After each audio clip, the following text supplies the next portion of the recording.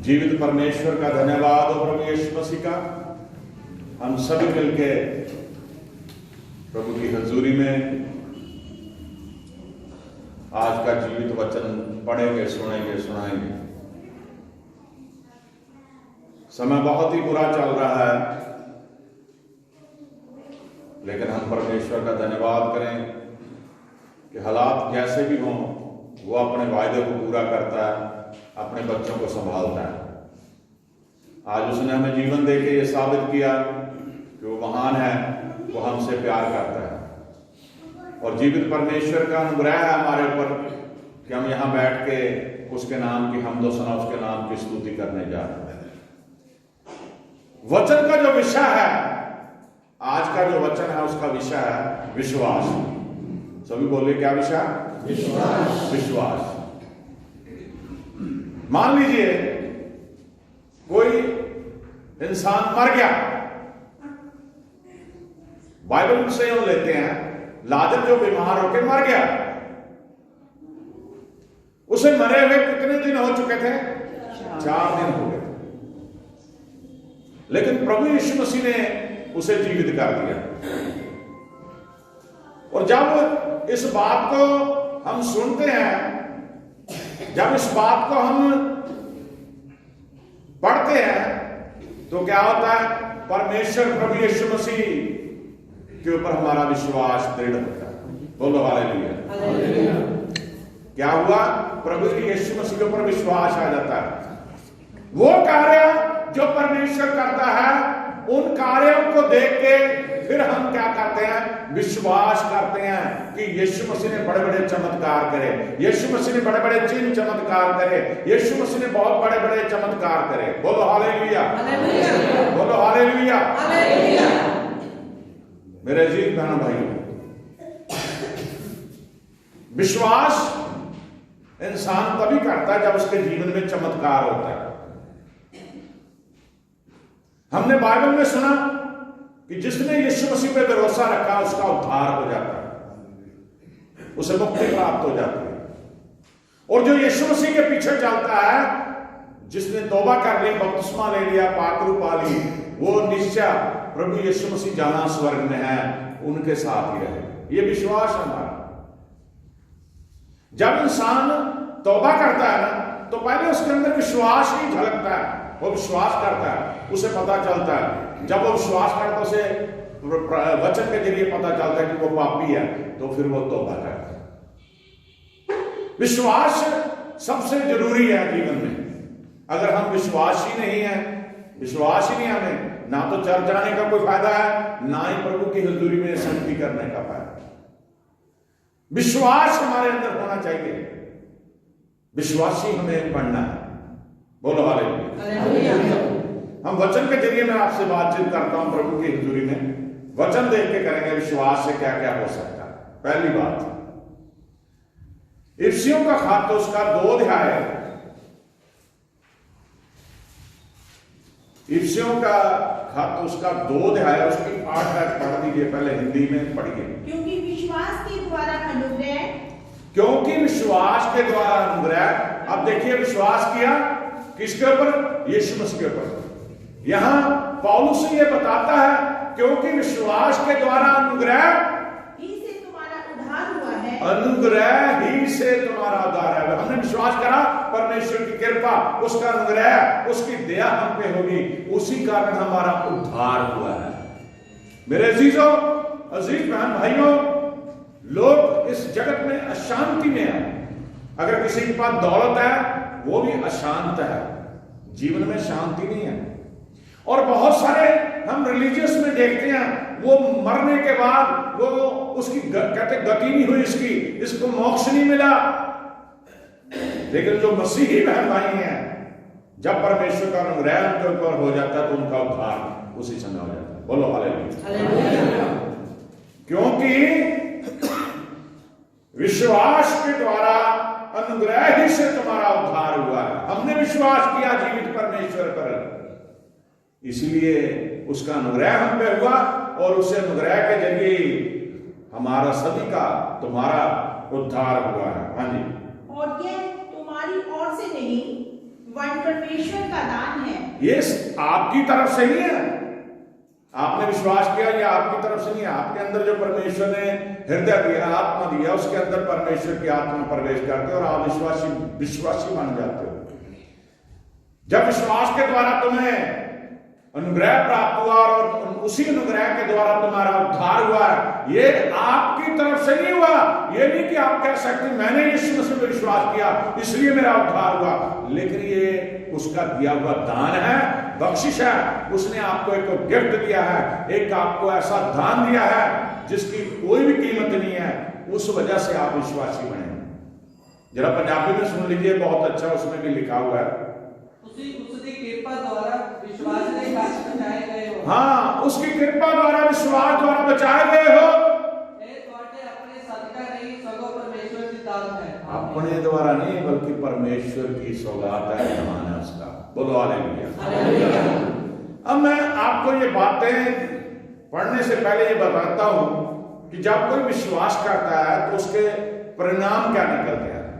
जैसे बच्चा पढ़ाई करता है, उसका पेपर होते हैं तो उसका रिजल्ट आता है पास या फेल।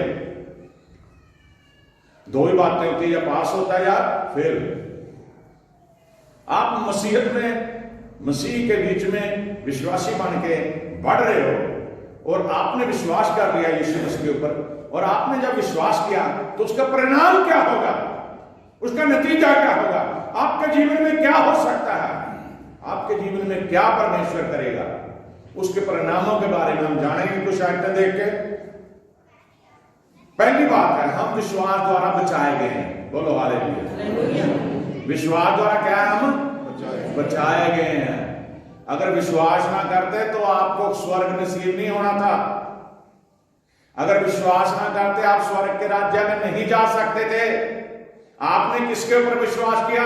यीशु मसीह के ऊपर, जिसने मुर्दों को जिंदा किया, अंधों को आंखें दी, कोड़ियों को शुद्ध किया, लंगड़ों को चलाया, जिसने बड़े बड़े मौजे चमत्कार करे। उस परमेश्वर के सामने हम विश्वासी बन के बैठे हैं, मन से, अपनी बदन से, अपनी रूह से विश्वासी बन के। अब उसके परिणामों में पहली बात है कि हम विश्वास के द्वारा बचाए गए हैं। विश्वास द्वारा बचाए गए, वैसे नहीं। उसका उदाहरण है उत्पत्ति की उस पुस्तक, बाइबल की पहली किताब, उसका 15 अध्याय, उत्पत्ति 15 और उसकी 6 आयत पढ़ दीजिए। उसने यहोवा पर विश्वास किया। हाँ, उसने यहोवा पर विश्वास किया और यहोवा ने इस बात को उसके लेखे में ध्यान दिया। हाँ, उसने यहोवा पर विश्वास किया और यहोवा ने इस बात से उसे धर्मी होने का खिताब है, वो धर्मी गिना गया। देखो कितनी बड़ी बात है। सिर्फ विश्वास किया और उसे खिताब क्या मिला? धर्मी है तू। बड़े ध्यान से इस बात के ऊपर ध्यान कर, गौर करें। आयत को बड़े गौर से सुने। उसने यहोवा पर विश्वास किया, परमेश्वर पर विश्वास किया। हमने यीशु मसीह के ऊपर विश्वास किया, और जब विश्वास किया और यहोवा ने इस बात को उसके लेखे में धर्म गिना। आमीन। जो लेखे लिखे जाते हैं, आप जैसे कार्य करते हैं वो आपके लिखे जा रहे हैं। उसके विश्वास के द्वारा यहोवा ने उसे धर्मी लेखे में उसके लिख दिया, ये धर्मी है। ये किसके लिए बोला गया है? अब्राहम के। उस समय उसका नाम इब्राहिम नहीं होता, अब्राहम ही था उसका नाम। अभी इब्राहिम ही था।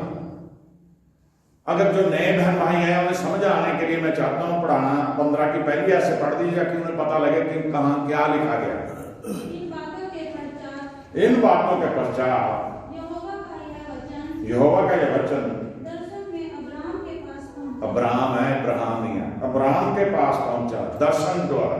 हे अब्राहम, रुक रुक के पढ़ना है। दर्शन द्वारा इब्राहिम के पास पहुंचा। हे आप तो दर्शन देखते नहीं है, आप तो कभी नहीं, आपकी रूटीन ऐसी है, दुआ करते हैं जी, हम वचन भी पढ़ते हैं। कभी आपने कहा प्रभु मुझे दर्शन दे? कितने लोगों ने कहा कि मुझे दर्शन दे? कितने लोग चाहते हैं परमेश्वर आपको दर्शन दे? थोड़े हाथ खड़े, सभी क्यों नहीं चाहते? आप यीशु मसीह को मानते? बताइए जरा, हाथ खड़े करिए, फिर आप नहीं चाहते यीशु मसीह आपको दर्शन दे? बोलिए बोलिए, चाहते हैं। जरा ऊंची बोलिए। फिर हाथ तो घोड़े से खड़े हुए। अगर आप परमेश्वर के दर्शन करना चाहते हैं तो उससे मांगिए। बड़ी बड़ी गवाहियां बांधती है जीवन में उन लोगों ने जिन्होंने जो गवाही देते हैं कि मुझे यीशु मसीह मिले, मैंने यीशु मसीह के दर्शन करे, तो उनकी गवाहियां तभी बांधते जब उन्होंने बोला। आप अपने मुंह से बोलेंगे नहीं, आप विश्वास ही नहीं कर रहे कि यीशु मसीह आएगा, आपके साथ बात करेगा, आपको विश्वास ही नहीं आ रहा है इस बात का। अगर आप इस बात को विश्वास ही नहीं कर रहे तो यीशु मसीह कैसे आ जाएगा? आप बुलाइए उसे। वैसे तो उसने वायदा करा हुआ कि जहां 2 या 3 जन मेरे नाम के लिए इकट्ठे होंगे उनके बीच में मौजूद हूंगा। आपको ना तो उसके लिए आपके पास रूहानी आंखें हैं, ना ही आपको एहसास है कि यीशु मसीह हाजिर है, ना ही आप ये जानते हैं। आपकी रूटीन यही है, खाओ पियो सो जाओ। आपकी रूटीन यही है, बस रेडीमेड दुआ कर लो। आपकी रूटीन यही है, कुछ नहीं। आपको दुनियावी कामों में शैतान ने आपको उलझा रखा है।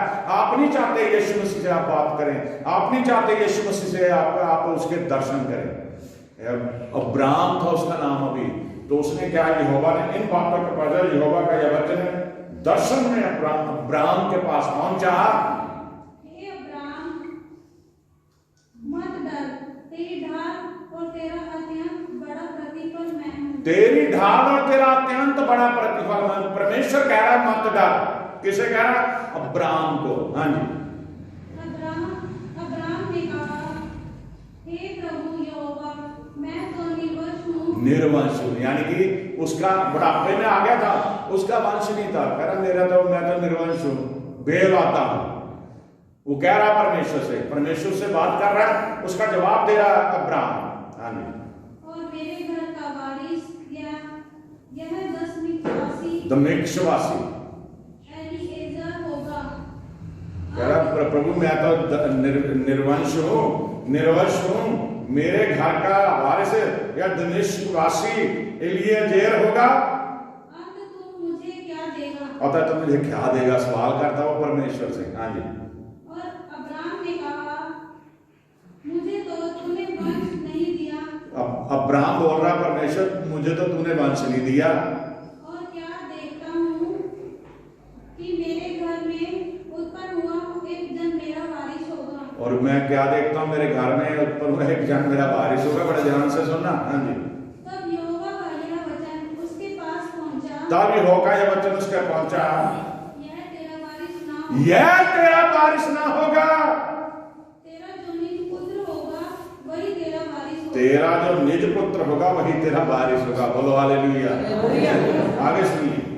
और उसने उसको बाहर ले जा। परमेश्वर दर्शन के द्वारा उसे बाहर ले गया, आकाश अब्राम को आकाश की तरफ उसको कहा देख। दृष्टि करके तारागण परमेश्वर कहता आकाश की तरफ दृष्टि कर और जितने तारे हैं गिन। गिन, क्या तू उनको गिन सकता? क्या तूने गिन सकता? बताइए, आप गिन सकते तारों को? अब्राम से परमेश्वर ने कहा कि तारों को गिन। क्या तू गिन सकता? हाँ जी।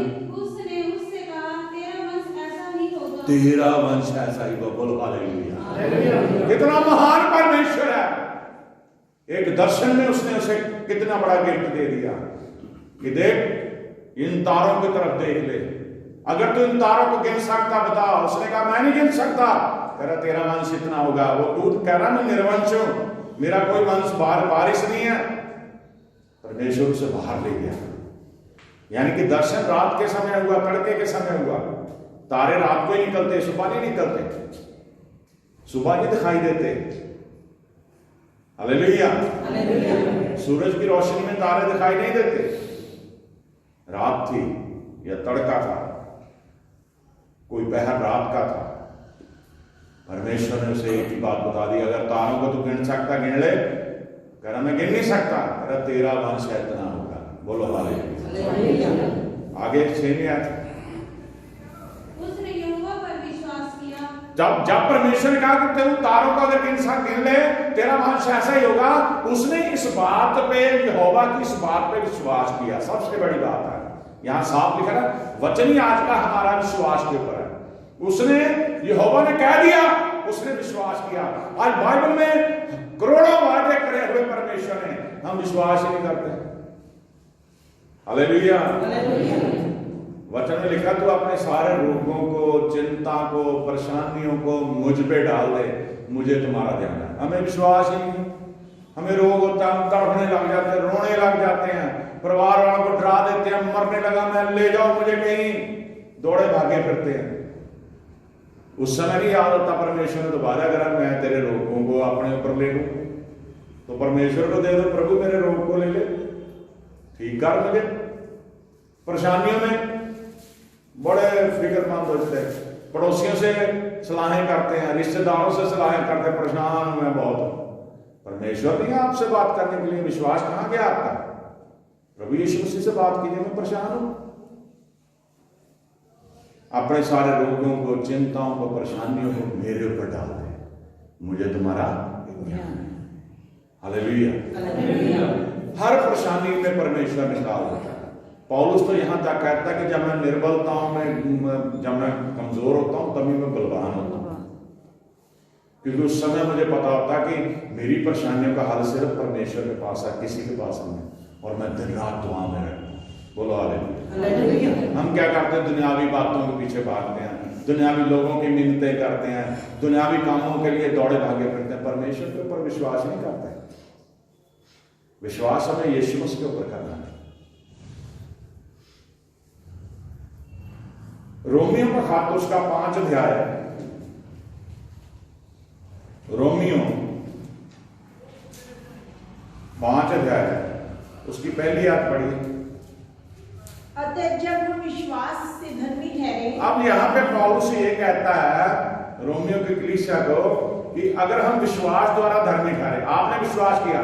मैं ये आपसे बड़े खुशी से, ये आनंद से ये बात करता हूं, जितने भी प्रभु के बच्चे यहाँ आए हैं उन्होंने उस पे ऊपर विश्वास किया, यीशु तभी यहाँ आए हैं, वैसे नहीं कोई आता। जो ऊपर विश्वास नहीं करता वो नहीं आता संगति में। आपने विश्वास करा, आप यहाँ बैठे।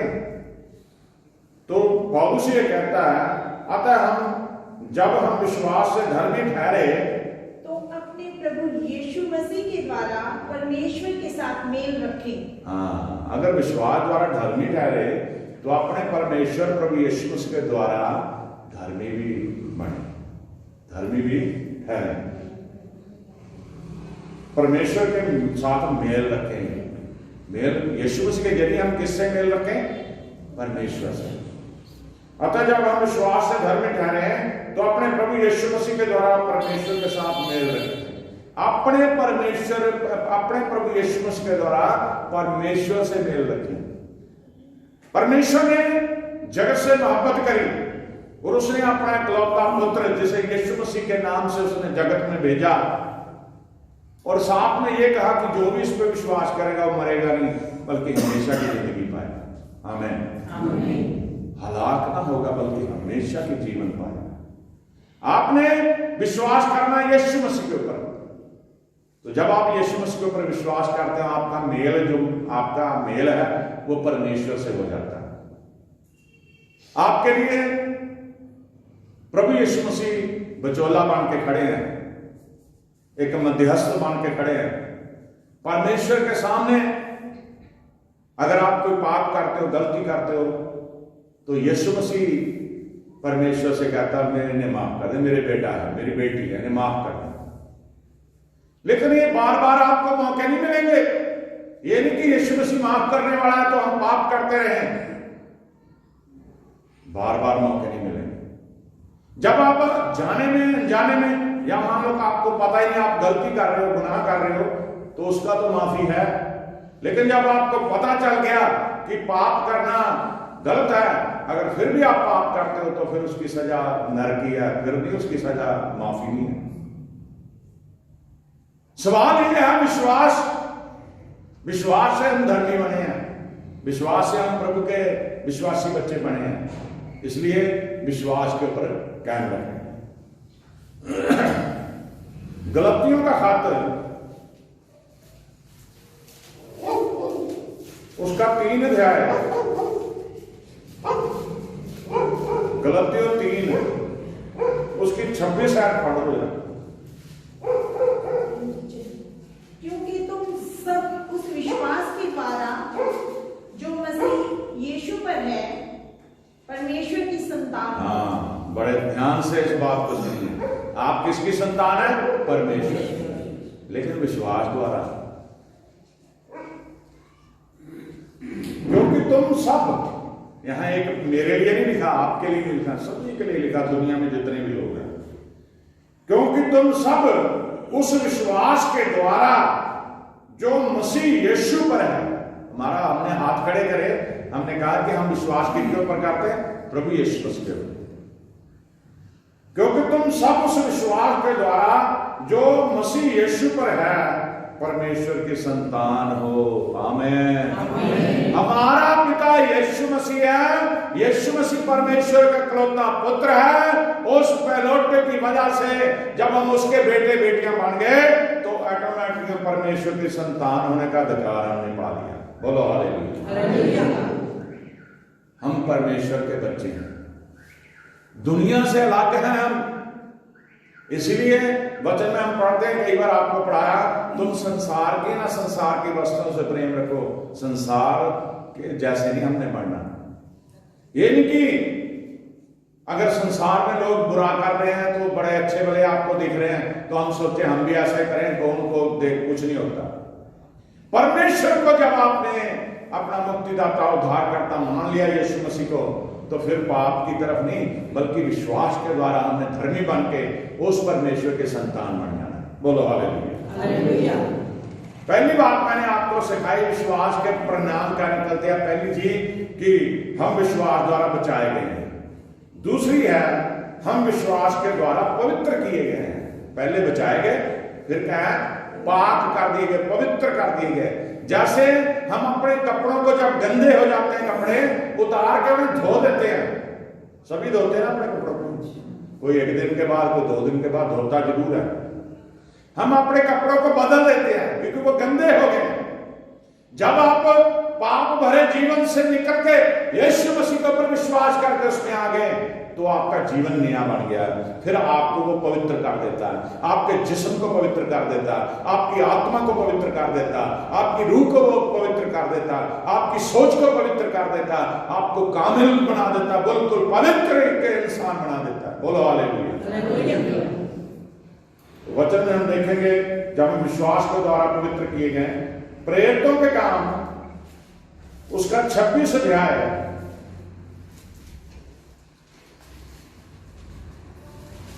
प्रेरितों के काम 26 अध्याय,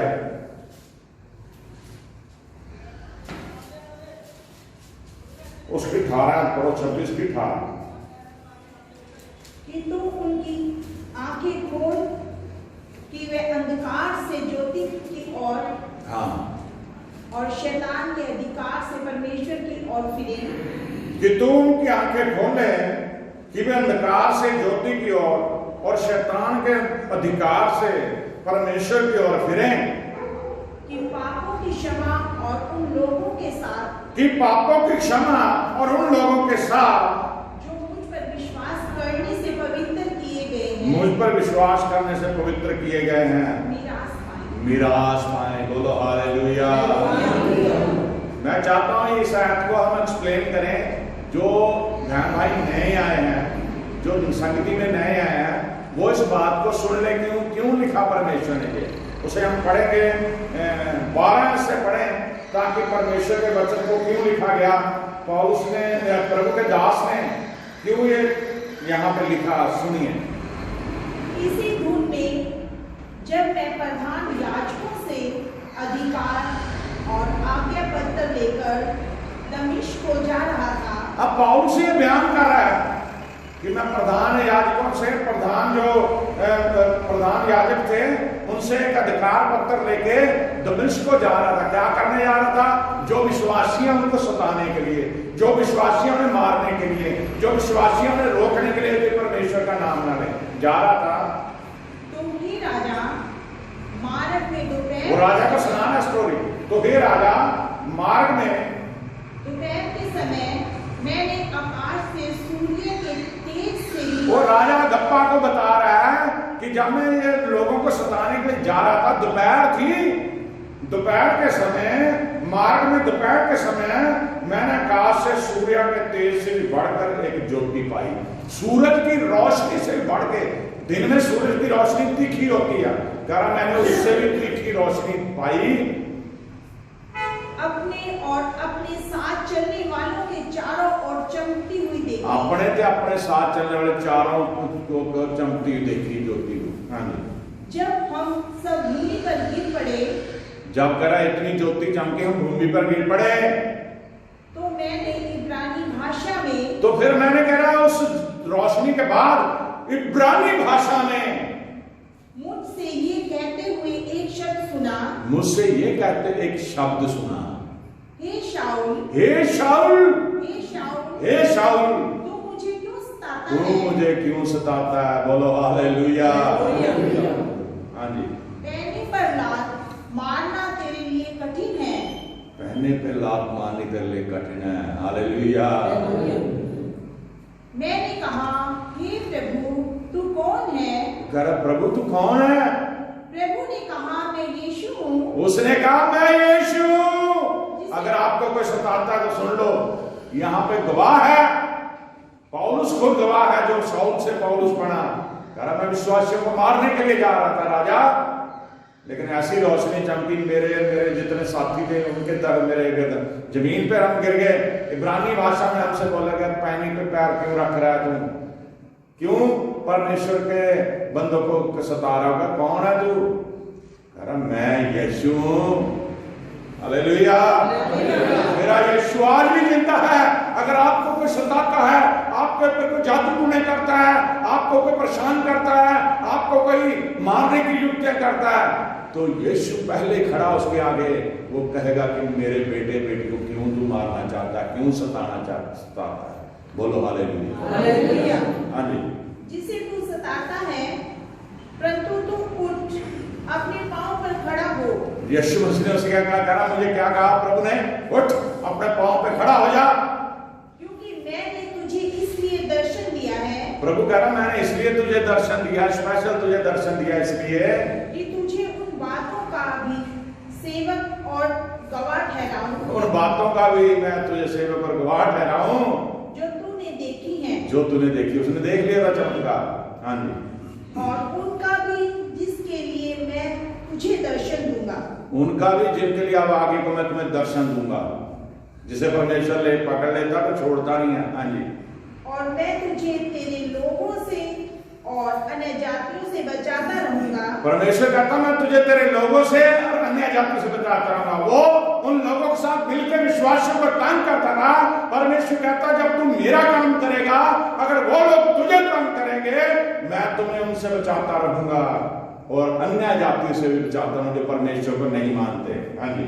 जिनके पास मैं अब तुझे इसलिए भेजूं। हाँ, जिनके पास मैं तुझे इसलिए भेजता हूँ कि तुम उनकी आंखें खोले, ताकि तुम उनकी आंखें खोलें, जो वचन हमने पढ़ा था कि वे अंधकार से जो, ताकि वो अंधकार से शैतान के जो राज्य में फंसे हुए अंधेरे में बैठे हैं, अंधकार के ज्योति की ओर फिरे, और शैतान के अधिकार से परमेश्वर की ओर फिरे, शैतान के अधिकार से निकल के परमेश्वर की ओर फिरे, कि पापों की क्षमा और उन लोगों के साथ जो मुझ पर विश्वास करने से, और उन लोगों के साथ जो मुझ पर विश्वास करने से पवित्र किए हैं मिरास पाए। आमेन। बोलो आमेन। आमेन। अब तीसरी जो बात है वो बड़ी इंपॉर्टेंट है जो हम सुनने जा रहे हैं। पहली तो थी हम विश्वास द्वारा बचाए गए, दूसरी थी हम विश्वास के द्वारा पवित्र किए गए। अब तीसरी है विश्वास के द्वारा हमारे जीवन में शांति, तसल्ली और खुशी प्राप्त होती है। बोलो हालेलुया। विश्वास के द्वारा शांति, खुशी और तसल्ली हमें मिलती है। बोलो हालेलुया। यशायाह नबी के पुस्तक का 26 अध्याय है। यशायाह उसका 26 अध्याय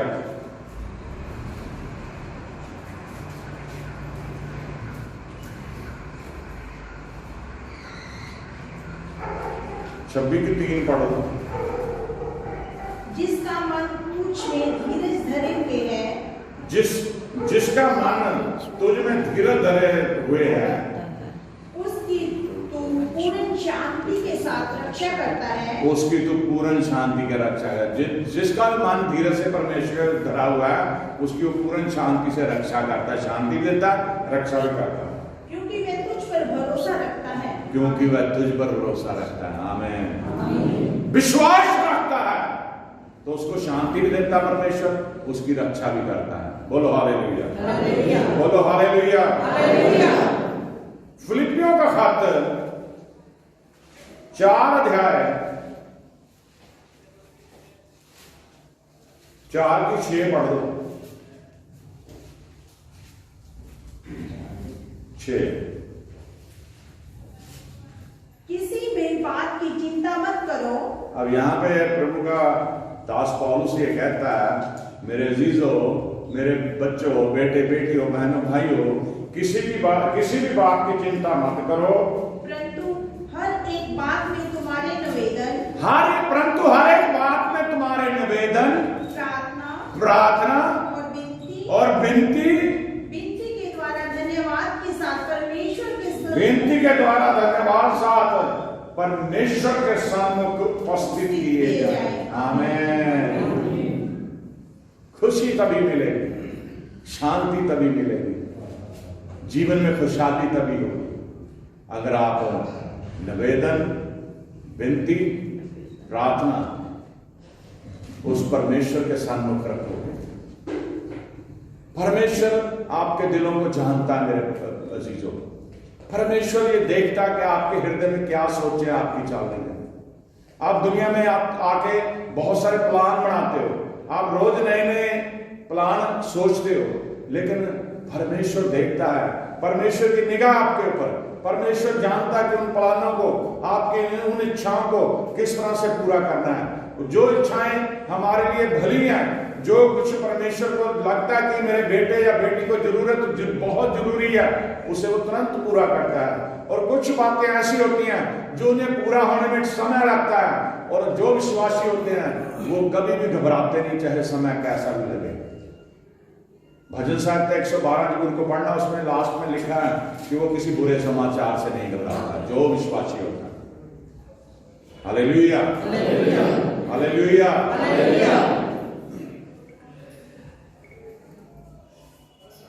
इब्रानियों का खत 4 अध्याय, इब्रानियों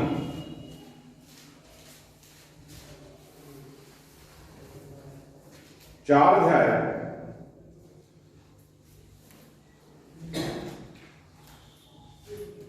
उसकी 1 से 3 तक पढ़ो, पहली से 3 तक।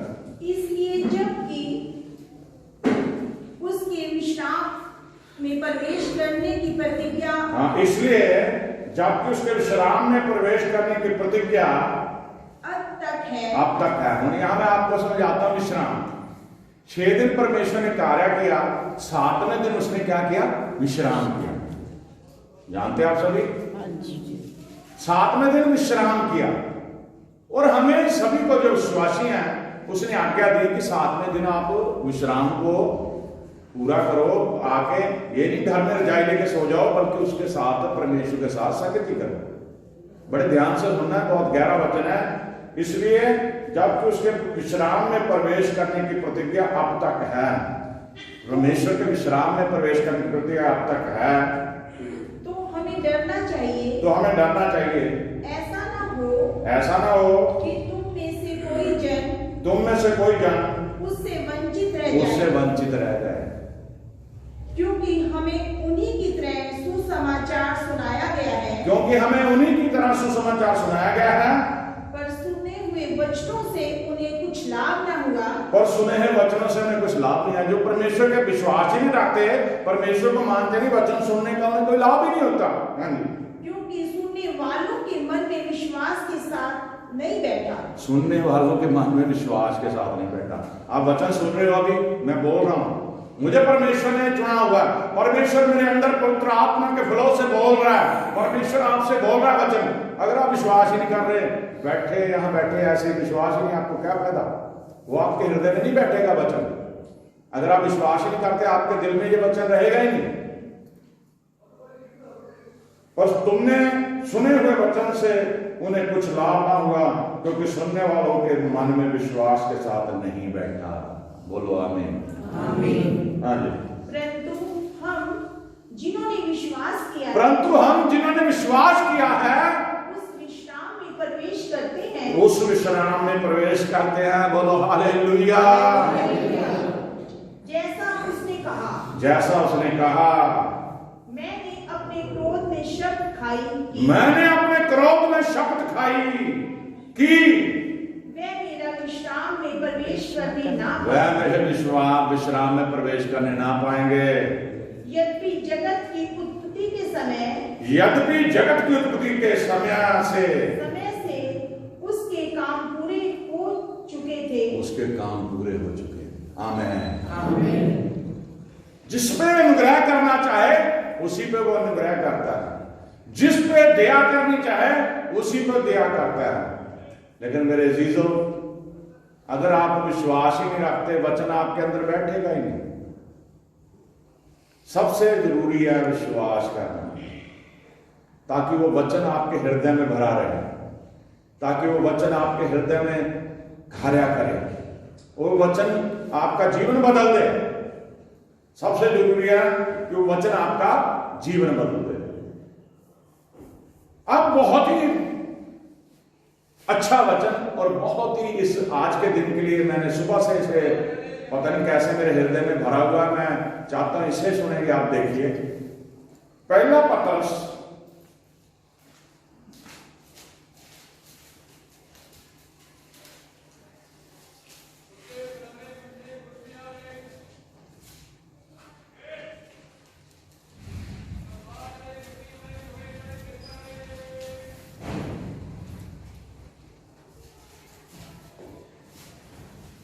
एक अध्याय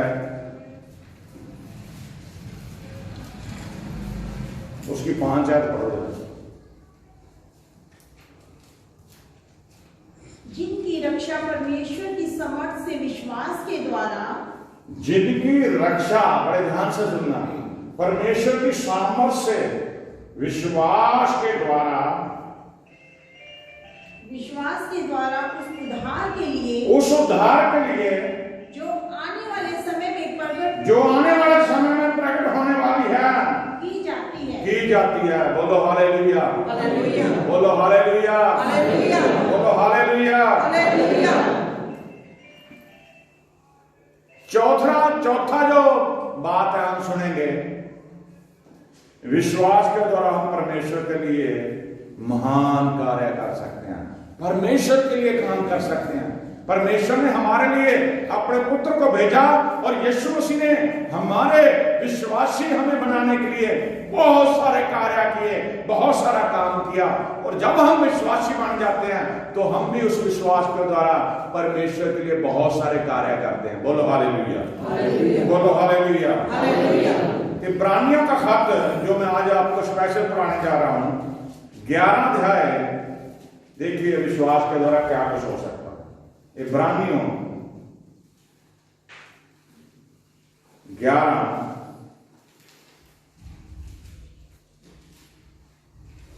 उसकी 32 ऐसे 40 तक पढ़े। देखिए, सब कुछ निचोड़ है इसमें, जो मैंने आप सुबह से अब तक सिखाया।